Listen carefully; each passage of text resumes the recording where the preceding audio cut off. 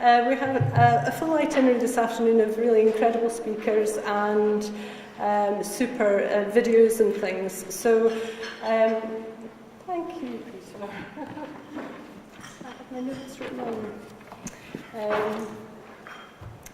I'm just going to speak in the first instance really about why it was that we started undertaking these series of events.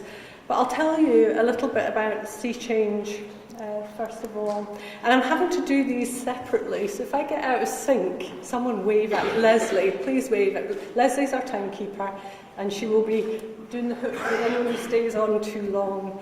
I'll tell you a little bit about Sea Change Scotland.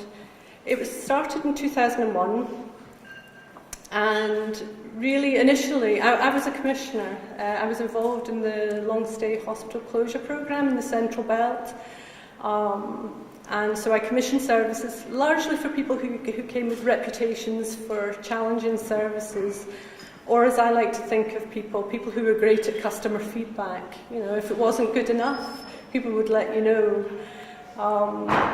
And I was supporting people to move out of hospital, and then sometimes people would return.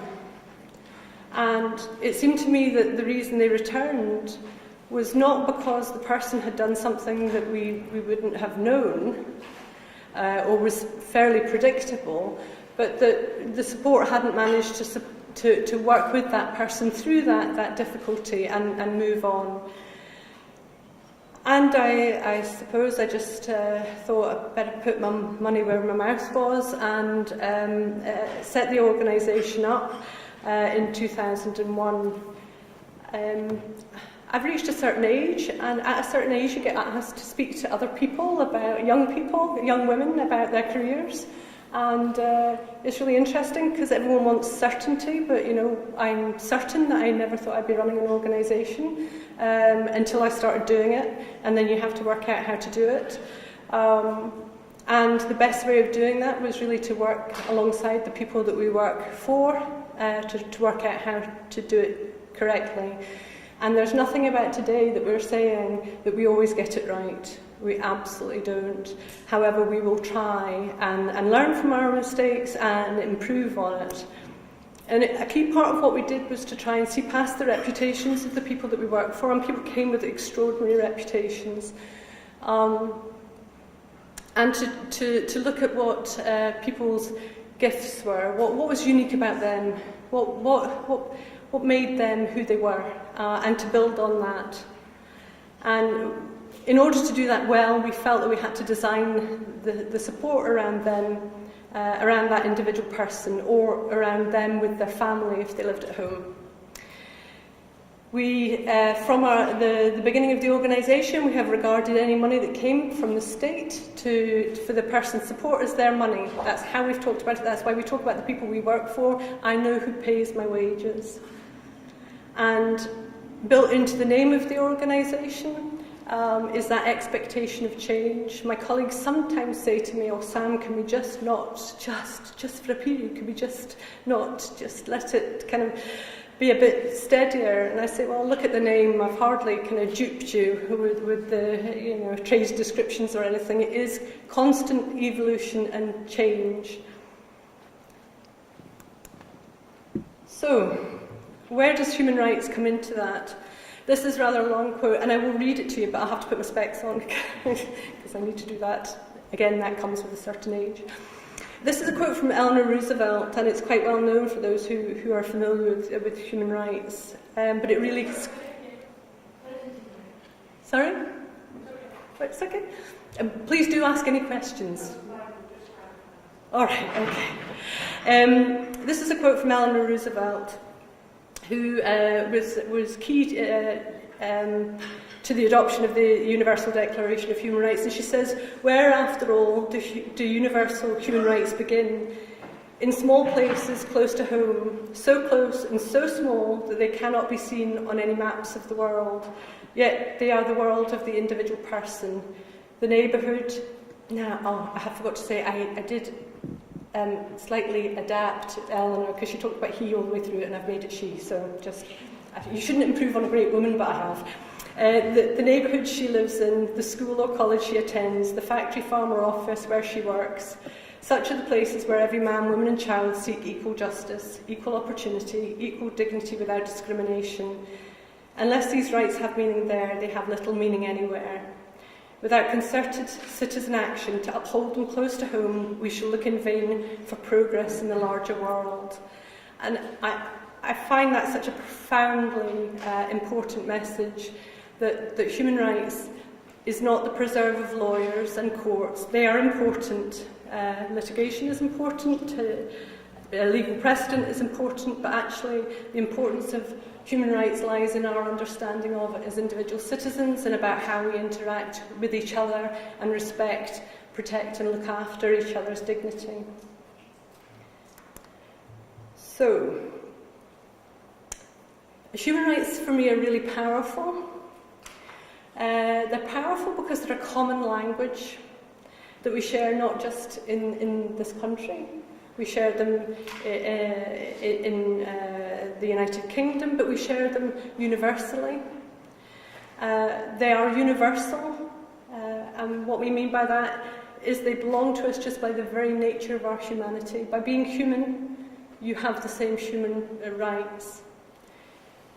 They are inalienable, which means they cannot be taken away from you just because someone has more power. You actually do have these rights. They may infringe on them, but you still have them.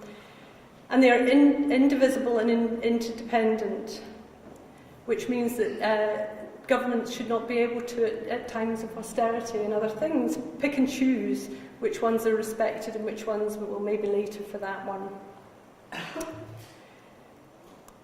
So how do you make human rights practical and deliverable and real in your day-to-day practice and work? There's a really helpful approach called the human rights-based approach, which is based on the panel principles, which is about participation, that everyone has the right to participate in decisions which affect their human rights. Accountability, that decisions that are made about someone, we should be accountable to that person for those decisions. Everything we do should be non-discriminatory and have equality as its foundation. And most of the time, I've studied law, most of the time the infringements on someone's legal rights, human rights, are not made by some willful act. Often they're made without due consideration, without really a realisation that if you treat that person the same as that person, but that person requires additional support in order to be able to achieve something, then treating people equally is not actually equality. It actually discriminates. So non-discrimination and equality is important. That we empower people by our actions. And also fundamentally that whatever we do is legal. It's easy in social care, where there are different power dynamics, that some people have more power than others, to do things because you think it is right, because it's in the person's best interest, though that is not legal defence in Scotland. And I think it's a good rule of thumb, and we use this throughout the organisation to check, is there a legal basis for this? Would we do this for anybody else? We had a retreat in the organisation and we were discussing some scenarios. We were looking at John O'Brien's service accomplishments and working all this through. And some of the suggestions that came up, I think when we were speaking, I said that if we use the panel principles, a lot of those options wouldn't have been on the table in that scenario we were playing through, because we just said, what's the legality, what's the legal framework, can we actually do any of these things that are being suggested? Because if they're not, if it's not legal, we shouldn't be doing it. We are very fortunate in Scotland in terms of the frameworks we have for the implementation of human rights. It's not perfect, but the Scottish Human Rights Commission have kind of broken it down into 3 steps: structural steps, process steps and outcomes. And the structural steps and the process steps, according to their own Scottish National Action Plan, have moved forward quite a lot What hasn't changed is at the outcomes level, in terms of the impact on individuals' lives. And that's the bit that we're hoping with this conference and other things, your engagement with us and with others, to change. Oh, see what I've done there? Right, I'm moving this on, and I'm not moving that on. That was that. That bit that I just spoke about was that. Oh, Leslie, if I begin to talk about something that's not on there, please just throw something at me. Okay. And when I talk about the legislation in Scotland being progressive, we've got the Self-Directed Support Act in it, and we've got Jess Wade who will be speaking today, so I won't go into too much detail about it. But our laws and our framework around things like self-directed support are rooted in human rights, as are our care standards, which Gordon will be speaking about later on. So it's not that gets in the way. It's not our legislation that gets in the way of us progressing human rights for people. In terms of SDS, we had a recent audit report from Audit Scotland, and they highlighted that there's lots of areas where we need to kind of move forward on. There's still the transformation that was expected hasn't transpired yet. We need to record what we're doing better. We haven't probably tapped into the potential of option 2 as much as we could have, and there are some other big things that have come along, like health and social care integration, that might have kind of knocked things off the agenda. However, with all of that being said, there is still the potential, where there is a will and a way, to progress things. We don't have to necessarily wait for the stars to align. And it is possible, I think, where you have groups of people with the same intent, the same vision, to work using a human rights-based approach to make significant change in the lives of people. We as an organisation, we use person-centred planning, but we use John O'Brien's service accomplishments, and we use a human rights-based approach to help us navigate through the complex landscape of social care at the moment. So it is possible to realise human rights for all, and we use human rights, the panel principles, as our guide. So I wanted to talk with you a little about, it's been talked of as a book. I think that's a bit grandiose. It's more of a booklet, and I think it's in your pack. We drew together a kind of booklet detailing some of the work we've done in Aberdeen over the last 5 years, because Sea Change has only been in Aberdeen for 5 years. And I think it's really important here to note the courage of the local authority at the time, because there was a service, as was, and they went out to tender, and we submitted for that. And we didn't have services in Aberdeen at the time, and we were selected to do it, and kind of went, all right, that's good. Going to have to work out how to do that. A bit like when you set up an organisation, you're going, okay, you have to work out how to do it. So I think it would be really remiss for me not to recognise in the story of the change that has happened, the tremendous courage it took for the local authority at that time to have, I suppose, the courage of their convictions that they wanted something different.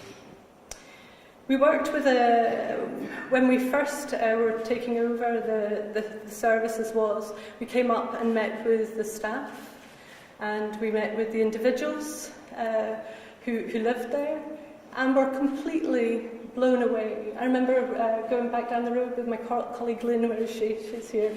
Driving back down the road going, I just don't understand it. These people are amazing. Just amazing. The people who lived there were amazing, and the staff seemed just so much kind of potential. But there was lots of other things going on, lots of noise and lots of kind of confusion, and we wouldn't have been able to work our way through that without really clear values, support and vision. What we ended up doing was writing a statement of intent with health and with social work, and this is before health and social care integration was formally on the statute books. And it was saying, this is where we are just now, and this is where we want to be, and this is how we'll report to each other to try and make that happen. And that was really, really helpful when it got a bit wobbly at times, and folk kind of weren't sure whether it was going the way we wanted, and we could just refer back and kind of go, yep, no, that statement of intent, that's the vision, that's where we're trying to go. And it was all about individualising the service, personalising it, making sure we listened to people and tried to make it work. I'm just looking at someone who's having a right good look at me there. Again, we wouldn't say it was perfect or always easy. We undoubtedly made mistakes along the way. But we tried to ensure that the people that we worked for and the employees were the focus of what we were doing. The most obvious thing, it seemed to us, was the level of untapped potential amongst the people who lived in the service. You'll hear from a couple of people today in videos. One person was one of the original people we worked for, but you'll see on the front of the booklet is a gentleman who obviously we've asked for his permission to use his photo and his story. It's him and his wife, Rosie. It's Sandy and Rosie. Give them his name. Sandy and Rosie. And when I speak about the change in his life, I am not critiquing what went before. That's not the purpose of this. But I remember so acutely speaking with Sandy, and he talked to me about, because there was lots of uncertainty about who were we, these people from the Central Belt, and were we going to come up and do very strange things, which maybe we did.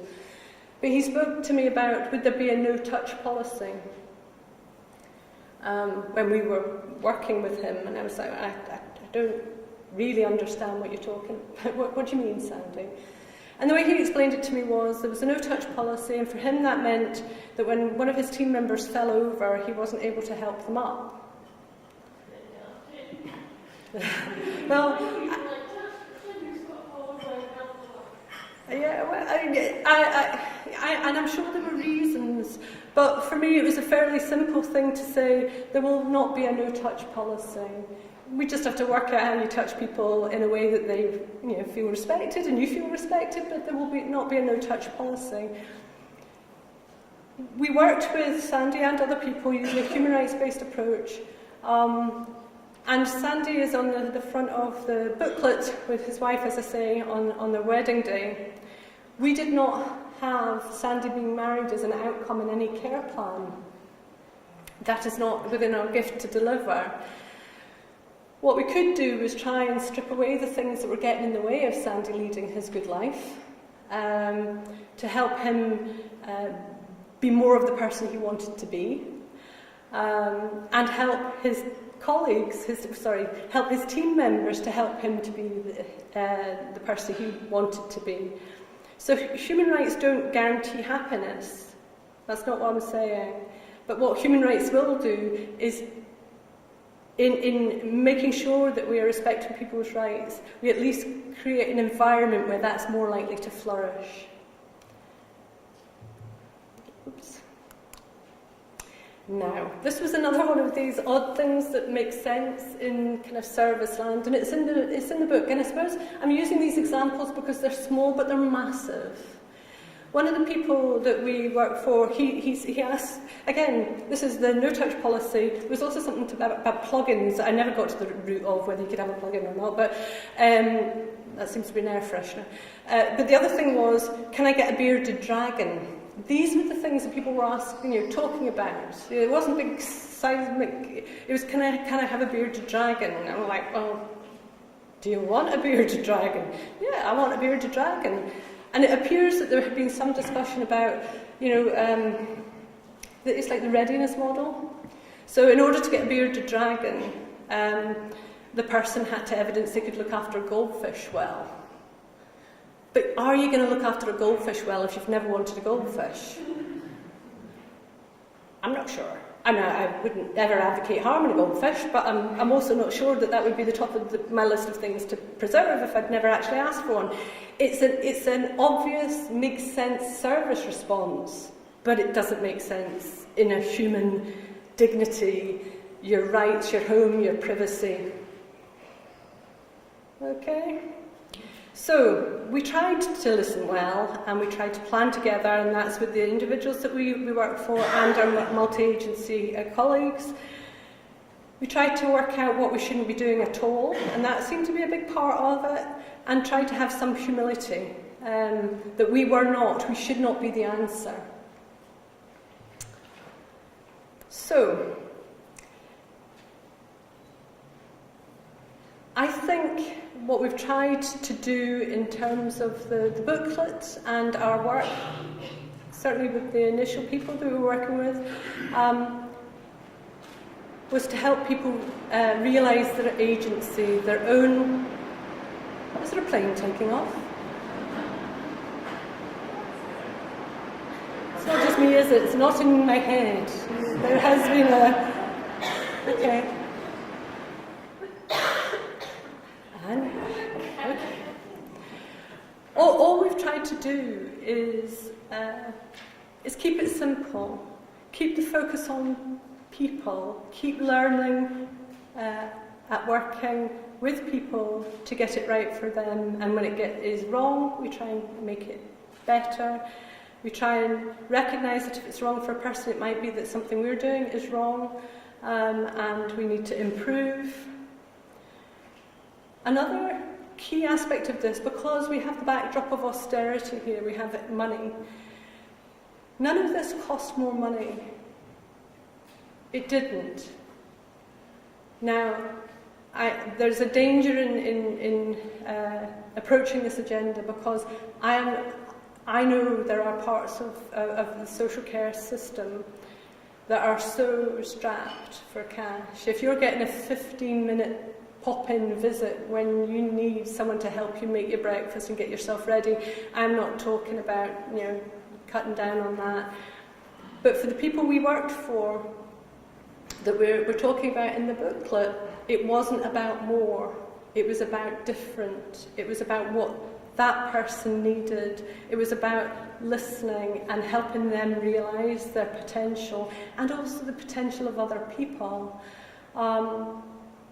We had a whole kind of staff team that worked in a whole service, and we individualised that. And the people that we worked for were going through kind of writing references up for people, and we thought we might have to get some support in to do that, until we realised there was someone in amongst their midst who was actually very good at her computer skills and very good at helping people to write up references. So it's that kind of untapped potential we had no idea of until people were given the space and that was recognised. So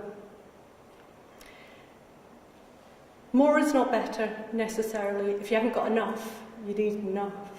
I need to qualify that. We think try and keep it simple, and panel principles help us do that.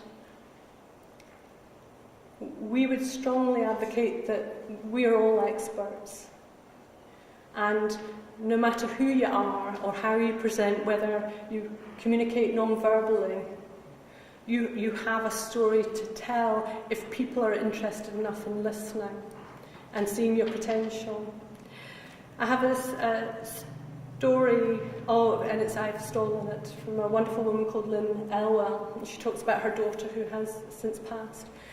And Lynn always looked at the giftedness of her daughter. Her daughter didn't speak, didn't use verbal communication. She couldn't move independently. And Lynn talked about trying to find out the place where her daughter's skills, her daughter's gifts could be most appreciated. And she thought long and hard about it. Where could the very ness of her daughter make its mark. And she thought still life classes, a model, artist model, her stillness was an absolute gift in that environment. So the issue is not for people to fit in. The issue is for us to work harder at identifying that giftedness, that ness of each person, and helping them be their best. And fundamentally, being human and relating to each other on a human level is what makes the difference. And if human rights and understanding human rights, the conventions, the acts, helps us to have a common language to speak with each other, then all to the better. So I am slightly, ever so slightly ahead of time, but I'm going to draw to a close on that, and I'm going to hand over to Kenny and Ryan, I believe.